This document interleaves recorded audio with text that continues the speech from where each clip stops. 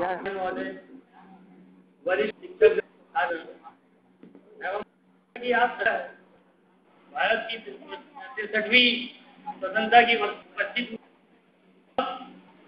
जैसा कि पहले कई छात्रों ने बताया के लिए हमने क्या क्या तपस्याएं की, क्या क्या बलिदान की, और इतने महान त्यागों और इतने महान तपस्याओं के बाद मुकाम पर पहुंचे हैं।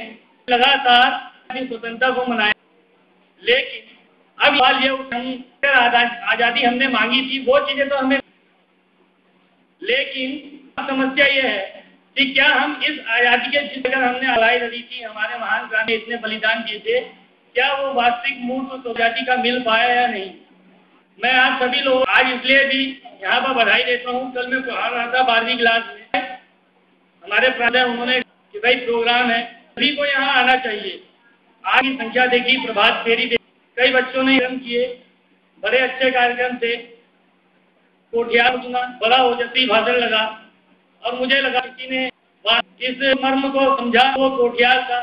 लेकिन सबसे ज्यादा बधाई का छात्र रॉबिन उपस्थिति ने यहाँ पर सभी को गुदाया दी और सोचने के लिए कि एक ऐसा छात्र जो वाकई में लोगों की नजरों में अयोग्य है, लेकिन उसने अपनी योग्यता को बता दिया और मैं उसकी धन्यवाद देता हूँ। मैं समझता हूँ कि वो हमारा स्रोत है कि वो बच्चे थे, अच्छी प्रस्तुति थी और मानता हूँ। और जैसा कि आप सभी है कि ये जो आज का आजादी जैसा आया चीन में, आप चीन के ये जो चीन देश है, ये भी लगभग भारत की आजादी, इसने अपने जितने भी उपयोग मानव के अपने मानव संसाधनों का उपयोग किया और अपने मानव संसाधन के उपयोग करने के आज राष्ट्र है वो ऐसी पूरी 5 महाशक्तियों में से एक है।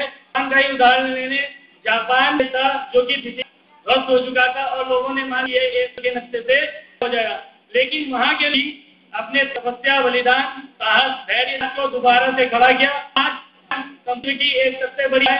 तो प्यारे बच्चों, मैं तो मिलकर कि हम पढ़ाएंगे, आप पढ़ें और आप पढ़कर राष्ट्र के नागरिक बनेंगे, तो वो दिन दूर नहीं, दिन हम अमेरिका, चीन और जापान से आगे होंगे।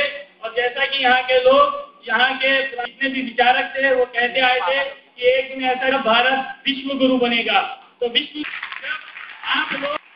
जब आप लोग पढ़कर कुछ पढ़ लिख कर आगे आए, जैसा था सभी लोगों को यहाँ पर आकर बोलना चाहिए।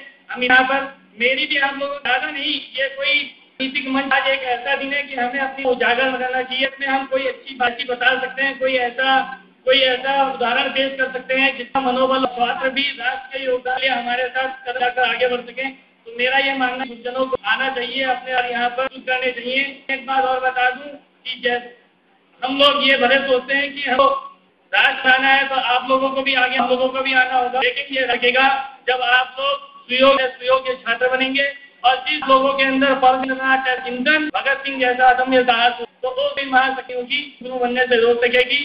आप लोग ऊर्जावान हैं, आप लोग शक्ति, काफी लोगों ने देश का नेतृत्व करना है। तो एक छोटी कहानी सुना रहा हूँ। तो मित्र राजा थे, मित्र राजाओं ने लगी कि एक तीसरा देश था, राजा, तो वो जो राजा था, जो तीसरा देश था, आज तक नहीं जीत पाया था। तो उन दोनों राजाओं में ये हो कि कौन सा देश ऐसा हो, देश को दूसरे राजा का देश था और एक बड़ा देश था। पहले बड़े देश ने आक्रमण दूसरे देश राजा के देश में, और जब गया तो वो देश पूरी तरह पराजित वापिस आया। उसके बाद जब छोटे वाले आई देने के लिए, तो छोटे वाले देश का राजा सेनाओं को पार करके उस देश के राजा दिया। तो लौटा तो जो बड़ा देश था उसने पूछा कि भाई तुमने ऐसा कैसे कम सिपाही लेकर उस देश को विजय करके लौटा है, और मैं इतनी बड़ी संख्या में सिपाही आया था, मैं उस देश को जीत कर नहीं आ पाया। राजा ने कि जब तुम नदी पार करके नदी के मुहाने पर अपनी नाव को बैठते थे, हम हार जाए तो हम फटाफट इस नाव पर बैठे, मैं अपने देश में आक्रमण करने गया, नावें तट पर जला दी और सारे सिपाही आह्वान की है और यही मर्जारन खत्म हुई। जितने भी लड़ाके थे सबको पता थे, वो वीरता वाली देश को जीत लिया।